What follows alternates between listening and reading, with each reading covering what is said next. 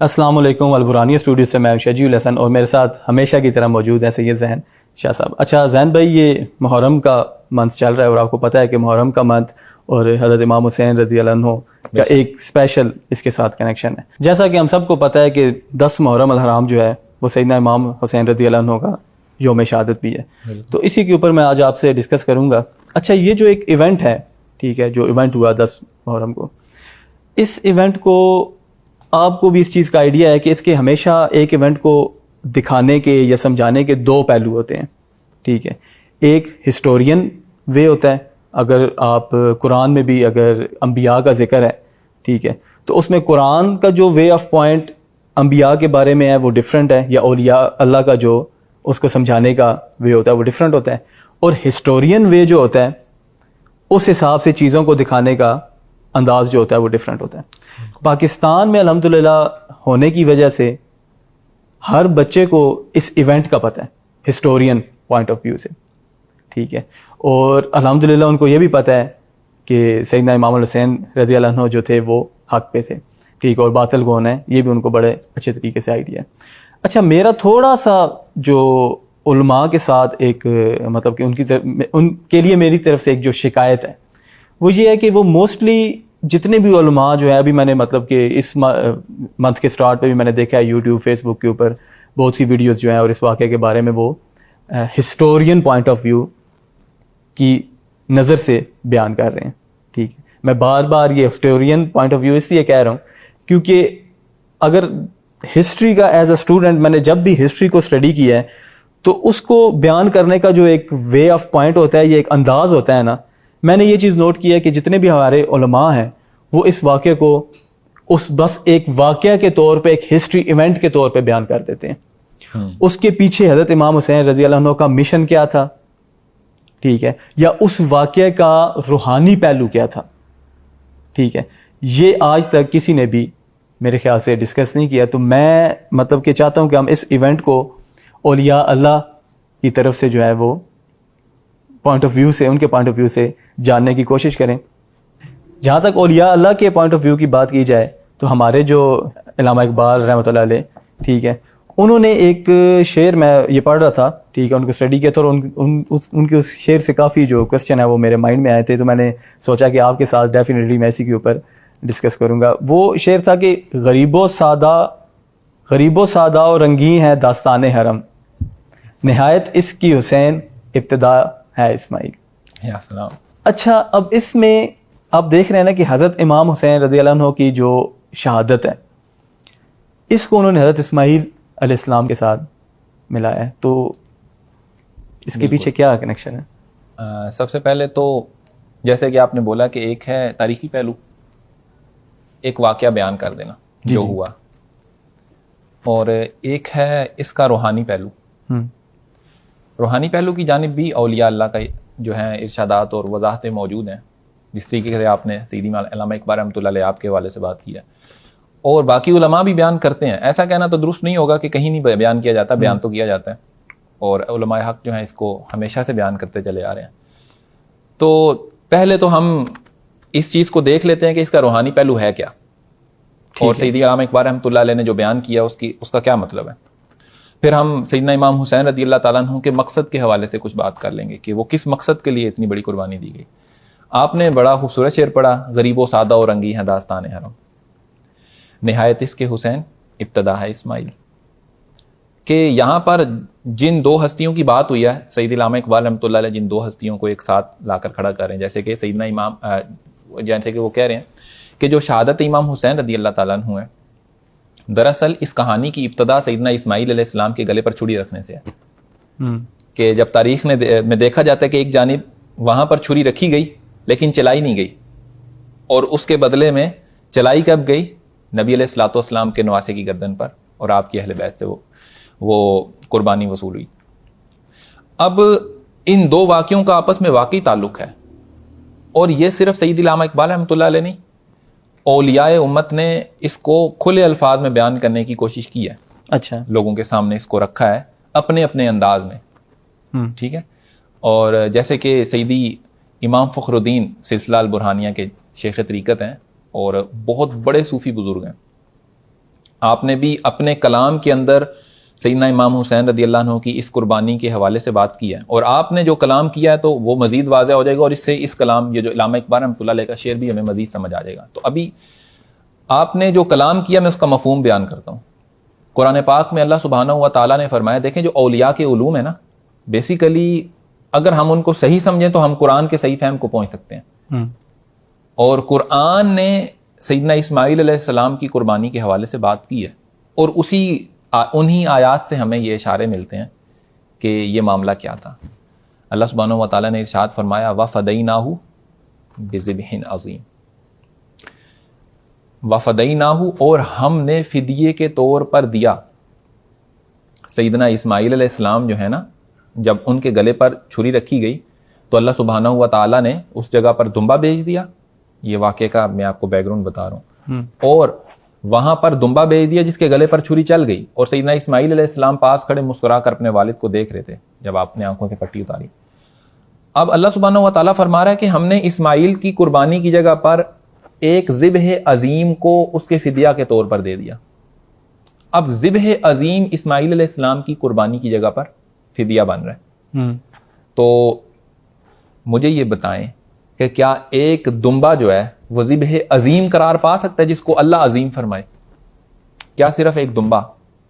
یہ تو بڑی عجیب سی بات ہوگی کہ ایک جانب نبی کا بیٹا ہے جس کے گلے پر چھری چلائی جا رہی ہے, اور خود بھی وہ نبی ہے. ہاں خود بھی نبی ہیں, ہاں وہ خود بھی نبی ہیں جن کی قربانی کی جا رہی ہے, اور پھر دمبا دیا گیا اور فرمایا گیا کہ یہ ذبح عظیم ہے. ایسا نہیں ممکن ہے. کیوں ایسا ممکن؟ اس لیے نہیں ہے کہ سیدنا عبداللہ جو نبی علیہ الصلوۃ والسلام کے والد گرامی ہیں, آپ کے بارے میں بھی یہی معاملہ ہوا تھا کہ آپ کو جب سیدنا عبد المطلب رضی اللہ تعالیٰ عنہ, آپ نے کیا کیا کہ جب یہ زمزم کا جو کنواں تھا نا اس کو کھدائی کا عمل جاری تھا, تو آپ کے پاس ایک ہی بیٹا تھا, تو آپ نے اللہ سے دعا کی کہ اگر اللہ مجھے 10 بیٹے دے گا تو میں آخری والے کو اللہ کے راستے میں قربان کر دوں گا. پھر اللہ نے 10 بیٹے دیے, یہ منت پوری ہوئی, اور آخری والے سیدنا عبداللہ تھے جو تشریف لائے. جب جوان ہو گئے تو بہت پیارے بیٹے تھے, ظاہری بات ہے نور نظر تھے, لیکن پھر بار بار آپ کو خواب آتا کہ منت مانی گئی ہے تو اس مقدس منت کو پورا کریں. تو آپ نے پھر کیا کیا کہ آپ نے وہ فال نکالی جاتی, قرا نکالا جاتا تھا, تو آپ نے 10 اونٹ ان کی پرچیاں ڈالیں, اور ایک سیدنا عبداللہ آپ کے نام کی پرچی ڈالی, اور پرچی نکالی تو سیدنا عبداللہ کے نام آئے. پھر آپ نے 10 پرچیاں اور ڈالیں اور پھر نکالا, پھر سیدنا عبداللہ کا ہے, پھر 10 پرچیاں اور ڈالیں, اور پھر اس طرح کرتے کرتے 100 اونٹوں تک بات گئی. اور پھر جب پرچی نکالی تو اونٹ نکلا, تو پھر آپ نے وہ 100 اونٹ دیے قربانی کے طور پر. ٹھیک ہے, تو نبی علیہ الصلوۃ والسلام کے سامنے آپ کو نا ایک مرتبہ ابن ذبیحین کہا گیا. ذبیحین 2 ذبحوں والے, ٹھیک ہے, آپ ابن ذبیحین ہیں. تو آقا کریم نے اس لقب کو قبول فرمایا. کیوں؟ ایک جو ذبیحہ تھا سیدنا اسماعیل علیہ السلام, اور ایک جو ہے حضرت عبداللہ. تو سیدنا عبداللہ جو ہیں ان کے مقابلے میں 100 اونٹ ہیں, تو ایک نبی کے بیٹے کے مقابلے میں ایک دمبا ذبح عظیم کیسے ہو سکتا ہے؟ اصل پوائنٹ کی بات تو یہ ہے نا کہ ذبح عظیم ایک دمبا کیسے ہو سکتا ہے نبی. تو یہ وہ قربانی ہے جس کو اولیاء کرام نے بیان کیا, اس حقیقت کو وہ لوگوں کے سامنے واضح کیا کہ یہ وہ قربانی ہے جو سیدنا امام حسین رضی اللہ تعالیٰ عنہ, یہاں بھی نبی کے بیٹے ہیں, انہوں نے اپنی جان دے کر, اور اہل بیت جو آپ کے ساتھ موجود تھے انہوں نے جان دے کر اس قربانی کو پورا کی, یہ فدیہ ادا کیا. کیوں؟ یہ سارا معاملہ کیسے ہوا؟ حضور علیہ الصلوۃ والسلام نے خود اس بارے میں حدیث مبارکہ ارشاد فرمایا. آپ نے فرمایا حسین منی وانا من حسین. ازل میں سیدنا امام فخر الدین رضی اللہ تعالیٰ عنہ, آپ نے اس بات کو بڑا واضح فرمایا. آپ نے فرمایا کہ ازل میں نا یہ جو روح ہے سیدنا امام حسین رضی اللہ کی روح, آپ نے نا یہ منت مانی تھی, یوفون بالنذر ویخافون یوما کان شرہ مستطیرا. اس آیت کے تحت آپ نے استدلال فرمایا کہ یوفون بالنذر کا مطلب ہے کہ یہ لوگ جو ہیں نظر پوری کرنے والے ہیں اپنی نظروں کو. اہل بیت کے بارے میں بات ہو رہی ہے کہ انہوں نے یہ نظر مانی تھی کہ سیدنا اسماعیل کی جگہ پر قربانی دیں گے. تو جب سیدنا امام حسین رضی اللہ عنہ نے یہ نظر مانی تھی اور آپ نظر پوری کرنے والے ہیں, تو اسی وجہ سے جب آپ تشریف لے کر آئے, آپ کی پیدائش ہوئی, تو جانتے تھے حضور علیہ الصلوۃ والسلام نے آپ کی پیدائش کے بعد آپ کے بچپن میں ہی فرما دیا تھا کہ یہ جو میرے جو ہیں شہزادے ہیں ان کو امت شہید کرے گی, یہ قربانی دینے والے ہیں. اور آپ ایک حدیث فرمایا کرتے تھے, اور وہ بڑی اسپیشل حدیث ہے. جو اس سارے معاملے کو واضح کرتی ہے. آپ فرماتے تھے حسین منی وانا من حسین. کیسے؟ آپ فرماتے تھے کہ حسین مجھ سے ہے اور میں حسین سے ہوں. حسین مجھ سے ہے، واضح ہے، کیوں کہ آپ کی آل ہے. میں حسین سے ہوں، اس کے اندر وہ اشارہ موجود ہے، وہ روحانی اشارہ، اور بالکل واضح موجود ہے کہ میں حسین سے کیسے ہوں، کہ حسین ہی ہیں وہ کہ جنہوں نے یہ نظر مانی تھی کہ وہ قربانی دیں گے، اور اگر اس جگہ وہ قربانی کی نظر نہ مانتے اور جو چھری تھی وہ حضرت اسماعیل علیہ السلام کی گردن مبارک پر چلتی، وہاں وہ قربانی ہوتی، تو یہ وہی بلڈ لائن ہے جس سے حضور علیہ الصلوۃ والسلام نے تشریف لانا تھا. تو آپ فرماتے ہیں کہ یہ تو وہ ہیں کہ جن کی کیا کہتے ہیں، جنہوں نے یہ نظر مانی تھی، تو آپ فرمایا کرتے تھے کہ میں حسین سے ہوں. میری بات سمجھ آ رہی؟ تو وہاں بھی نبی کا بیٹا، یہاں بھی نبی کا بیٹا. بعض لوگوں کو یہ خیال لاحق ہو سکتا ہے کہ آپ تو نواسے ہیں، بیٹے تو نہیں ہیں، تو نور نظر تو حضور کے ہی ہیں. اور میں تاریخ بغداد میں چلیں سیدنا امام حسین رضی اللہ عنہ کا ذکر خیر ہو رہا ہے، میں روایت پڑھ رہا تھا اور دیکھیں روح خوش ہو گئی دیکھ کے. نبی علیہ الصلوۃ والسلام کے حوالے سے کہ آپ نا تشریف فرما تھے اور آپ کے ایک جو تھا آپ کا گھٹنا اس مبارک، اس کے اوپر سیدنا ابراہیم جو آپ کے صاحبزادے ہیں چھوٹے سے تھے وہ تشریف فرما تھے، اور ایک گھٹنے پر آپ کے سیدنا امام حسین رضی اللہ تعالیٰ عنہ آپ تشریف فرما تھے.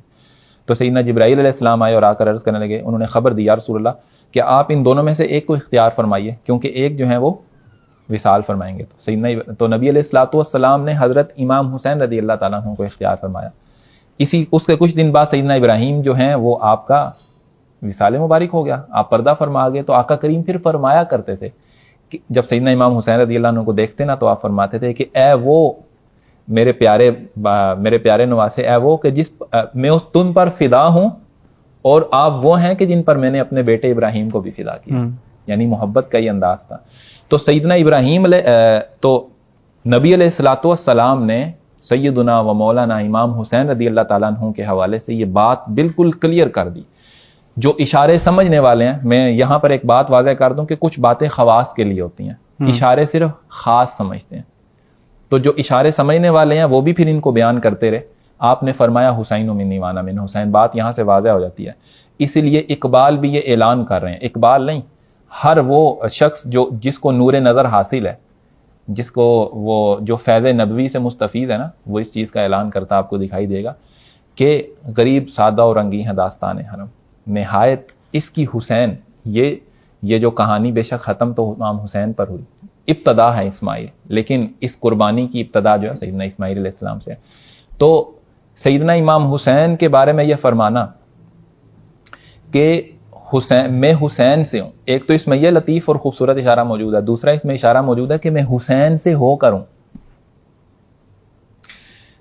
حسین مجھ سے ہیں کہ میری آل سے ہیں، اور میں حسین سے ہو کر ہوں، یعنی کہ حسین کے پاس کوئی آئے گا تو میں اس کو ملوں گا، حسین کے علاوہ کوئی مجھ کو پا نہیں سکتا. تو حسین نبی سیدنا امام حسین رضی اللہ تعالیٰ عنہ جو ہیں، حضور سے ملاقات کرنے کے لیے جو سب سے قریب ترین دروازے ہیں، جو آپ کے دربار میں حاضر ہوتا ہے تو وہ پھر نبی علیہ الصلوۃ والسلام سے مل لیتا ہے. جو حضور میں فنا ہونا چاہتا ہے، حضور کی بارگاہ کی حاضری چاہتا ہے، تو وہ حسین رضی اللہ عنہ سے ہو کر جاتا ہے. اوکے ٹھیک ہو گیا زین بھائی. اچھا یہاں تک مجھے یہ لگتا ہے کہ اس واقعے کی حقیقت کیا ہے وہ تو ہم نے ڈسکس کر لیا ہے، لیکن آپ نے بیچ میں ایک چیز بیان کی ہے. آپ نے یہ کہا ہے کہ حضرت امام حسین رضی اللہ عنہ جو ہیں وہ حضور پاک تک جانے کا دروازہ ہے. جہاں تک میں نے ان جملوں کے بارے میں سنا بھی ہے اور سوچا بھی ہے، وہ تو یہ ہے کہ یہ محبت کے اظہار میں یہ جملے کہہ دیے جاتے ہیں، لیکن آپ یہ کہہ رہے ہیں کہ نہیں، یہ حضور پاک تک جانے کا رستہ ہے. تو یہ پریکٹیکل وے میں کیا وہ آج بھی حضور پاک تک جانے کا دروازہ ہیں؟ کیونکہ اس دور میں یا اس وقت میں ہمیں اس چیز کی ضرورت ہے. تو پلیز آپ اس کو اگر مزید اس کو ایکسپلین کر سکتے ہیں تو. یہ بات آپ کی بالکل ٹھیک ہے، یہ جملے محبت کے ہی ہیں، ٹھیک ہے، لیکن ان کے ذریعے ایک حقیقت کے راز سے پردہ اٹھایا گیا. اور یہ بات بھی بالکل درست اور عین حقیقت ہے کہ سیدنا امام حسین رضی اللہ تعالیٰ عنہ آپ ہی وہ ہستی ہیں جو حضور تک پہنچنے کا سب سے قریب ترین دروازہ ہیں. آپ کہہ رہے ہیں کہ موجودہ دور میں یہ ہمارے ساتھ کس طریقے سے، کیونکہ یہ پریکٹیکل وے میں ہر بندہ حضور سے تعلق تو قائم کرنا چاہتا ہے نا. تو اگر قریبی دروازہ ہی سیدنا امام حسین رضی اللہ عنہ ہے تو انہیں جانے بغیر حضور تک پہنچیں گے کیسے؟ تو یہی بات آپ کرنا چاہ رہے ہیں نا. یہ بات سمجھنا انتہائی ضروری ہے. اس کی وجہ پتہ کیا ہے؟ آپ سیدنا امام حسین رضی اللہ تعالیٰ عنہ کے مشن کو اس بات کو سمجھے بغیر سمجھ ہی نہیں پائیں گے کہ سیدنا امام حسین رضی اللہ عنہ خود بھی جانتے تھے اس بات کو. جو آگے چلنے والا, جو فیض جاری ہونے والا پوری امت میں, اور یہ قیامت تک فیض جاری ہونا تھا, آپ خود اس حیثیت کو جانتے تھے. حضور نے خوشخبریاں سنائی ہوئی تھیں. اسی وجہ سے آپ نے جب اس دور میں جس مشن کے لیے آپ کھڑے ہوئے نا, اب ہم مشن پر تھوڑی سی میں روشنی ڈالتا ہوں تو آپ کو آئیڈیا ہوگا یہ سارا معاملہ ہوا کیا تھا. میرا آپ سے ایک سوال ہے, آپ یزید کے مخالف کیوں ہیں؟ سمپل تھا. میں تو مطلب پرسنلی جتنا ہم نے اس چیز کو دیکھا تو ہم تو نواسہ رسول کی وجہ سے جو ہے وہ, ہاں, کہ اس نے نواسہ رسول اور اہل بیت پر ظلم بھی کیا اور اس نے شہید بھی کیا. یہ تو ہو گیا نا وہ محبت, حق محبت ہے کہ وہ دشمن تھا تو اس وجہ سے خلاف ہوئے, اس نے یہ معاملہ کیا. لیکن مجھے ایک سوال کا جواب اور بھی چاہیے. ایک سسٹم ہے جس کا حاکم وقت کوئی بھی ہو سکتا ہے, ایک ظلم کا نظام قائم کیا جا رہا ہے. اب ایک شخص جو ہے, ایک بڑی شخصیت اس نظام کے خلاف کھڑی ہوئی ہیں اور انہوں نے اس نظام کا بادشاہ جو بھی تھا چاہے اس دور میں, اس کے ساتھ انہوں نے ٹکر لی اور وہ کھڑے ہو گئے حق کے لیے. اس ظالم بادشاہ نے ان کے ساتھ یہ معاملہ کیا, انہیں شہید کرا دیا.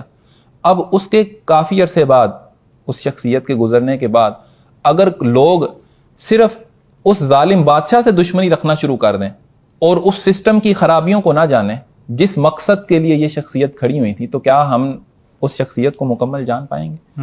یہ تو بہت بڑی زیادتی ہو جائے گی. ہم اس شخصیت کے مشن کو کبھی بھی نہیں پہچان پائیں گے, کیونکہ ہم صرف کیا کر رہے ہیں, ایک شخصیت سے نفرت کر رہے ہیں اور جس سسٹم کا وہ نمائندہ تھا اس سسٹم کو بالکل ہی نظر انداز کر رہے ہیں. ایسا نہیں ہو سکتا. سیدنا و مولانا امام حسین رضی اللہ تعالیٰ عنہ کا مشن بہت بڑا تھا. آپ اٹھے ہیں, وہ دور تھا کہ جب دعویٰ کرنے والے نے یہ دعویٰ کیا کہ بیعت میری ہوگی, حالانکہ وہ باطل تھا, تو آپ نے کہا کہ نہیں, بیعت اہل بیت کی ہوگی.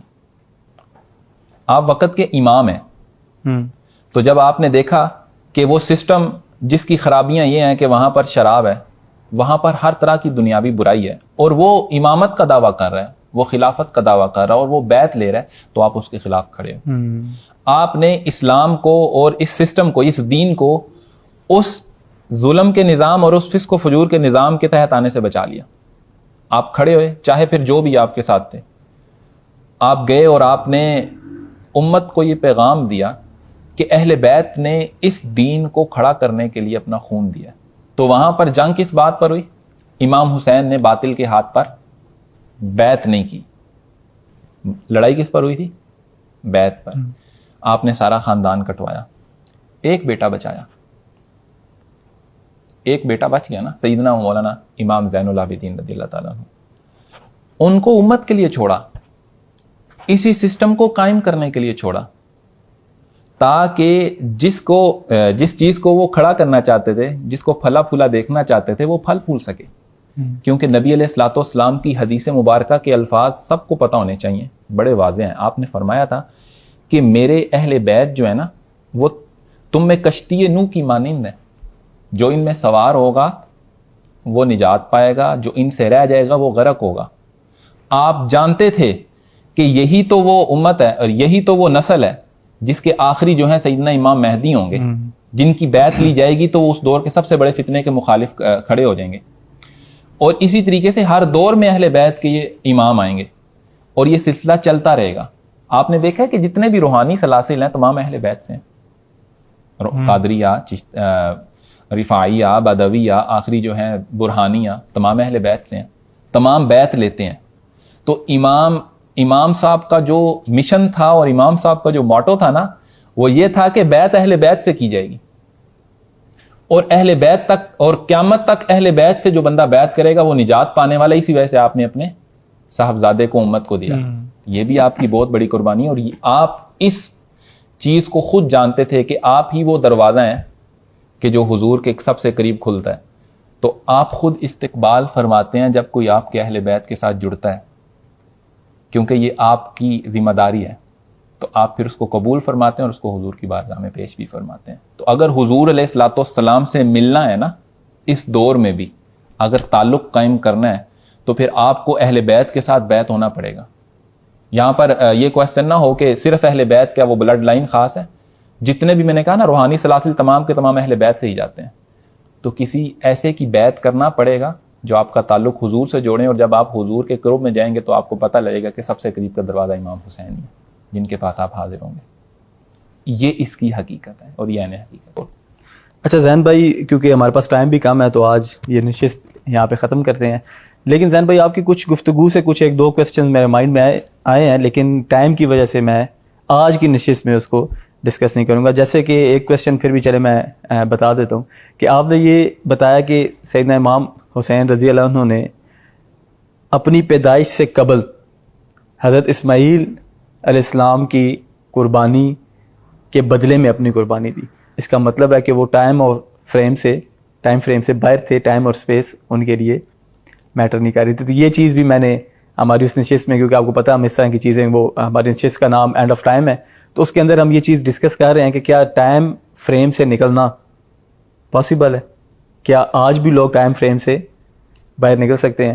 تو کیونکہ ہمارے پچھلی جو اینڈ آف ٹائم پہ ایک نشست تھی اس کے نیچے لوگوں نے کافی اس بات پہ کیا ہے, ہم سے کویسچن کیا ہے کہ آپ پلیز حضرت امام مہدی کے اوپر جو ہے وہ ویڈیو بنائے. تو اسی ویڈیو میں ہم یہیں سے کنٹینیو کریں گے جو اس میں آپ نے یہ چیز مینشن کی ہے. ٹھیک ہے, تو باقی فردر چیزیں یہ انشاءاللہ اس کے اندر ڈسکس کریں گے. تو آج کی ویڈیو کے لیے اتنا ہی, ملتے ہیں نیکسٹ ویڈیو میں, تب تک کے لیے اللہ حافظ.